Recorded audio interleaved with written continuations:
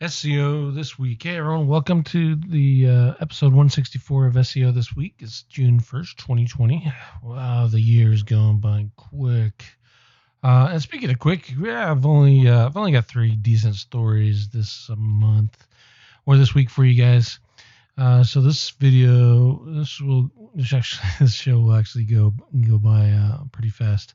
And then I want to talk about some ideas on how to implement this Parasites SEO story that we got going on here that looks pretty interesting to me. So the first one is obviously this Parasites SEO, get traffic by using Parasite SEO.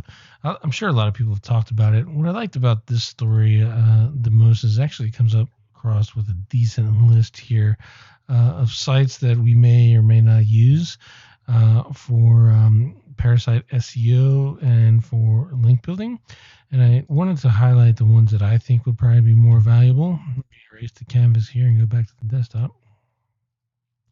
To me, I'm thinking that Vimeo and, there we go. So Vimeo, maybe not so much. This is probably more of a good opportunity for just having a higher quality video source, right? And then also as a link building thing, YouTube is actually really good. It's harder to rank a YouTube is right now, but it's also a good link building tool. So you can get rankings and exposure from there.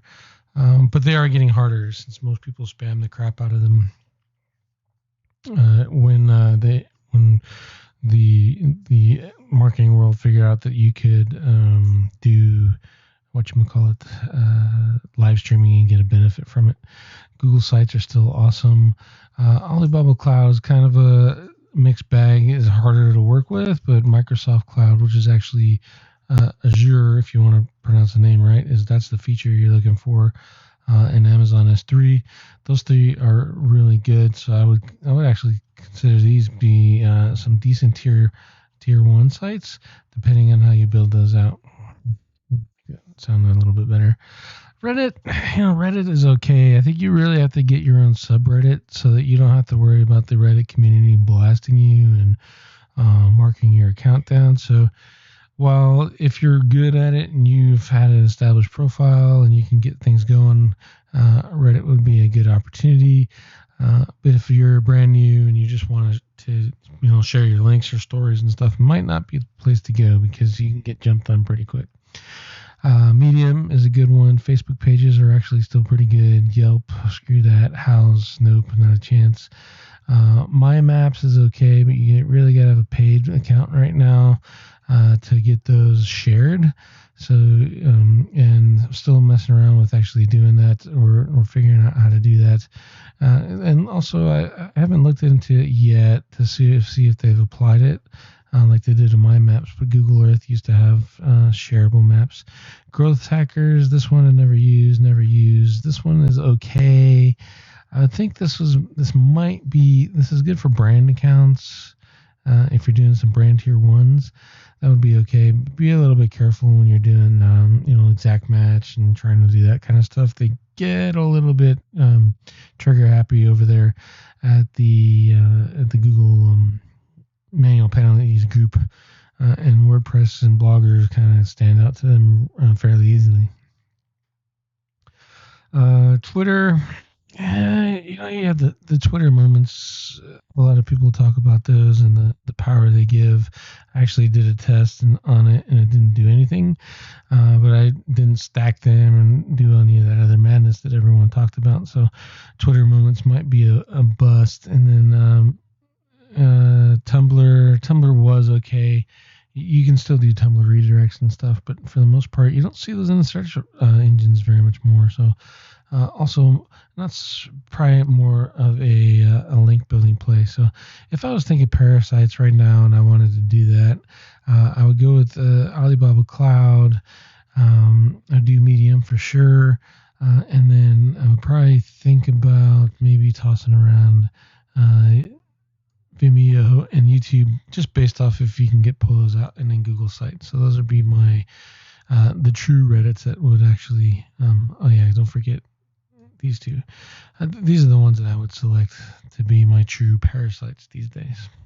So decent article, decent conversation to be had, and plenty of testing to go along with that article.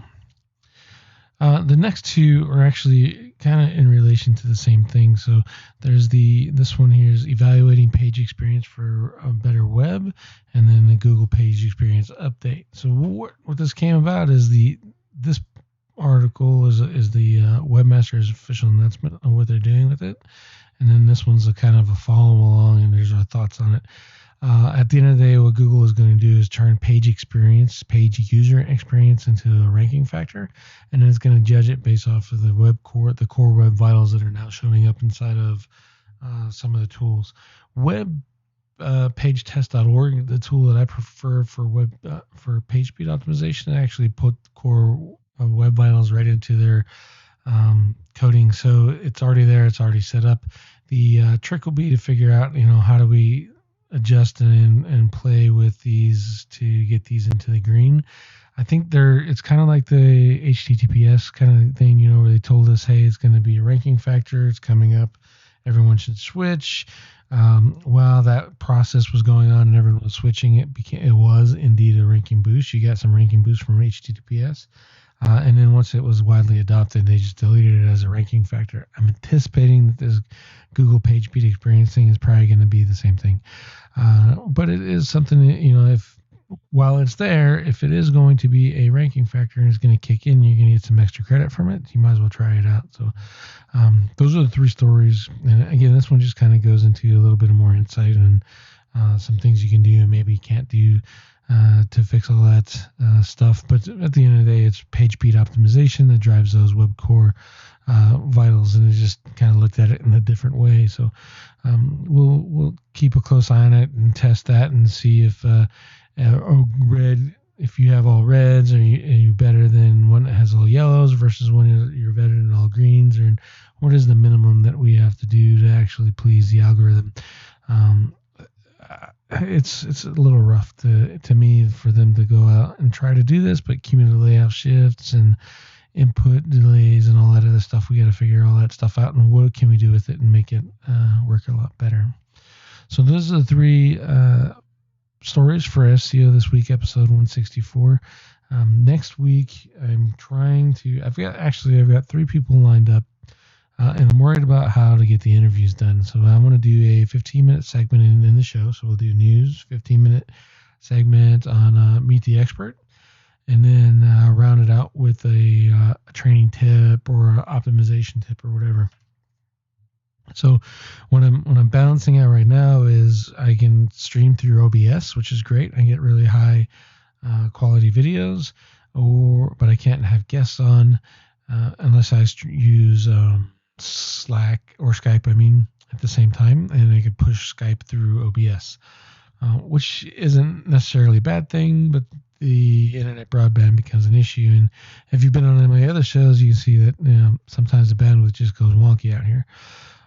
The other thing is pre-recorded, so I'm probably going to go the pre-record route, and I'm thinking that Mike Pierce is going to be from the NFG crew, is probably going to be one of the first.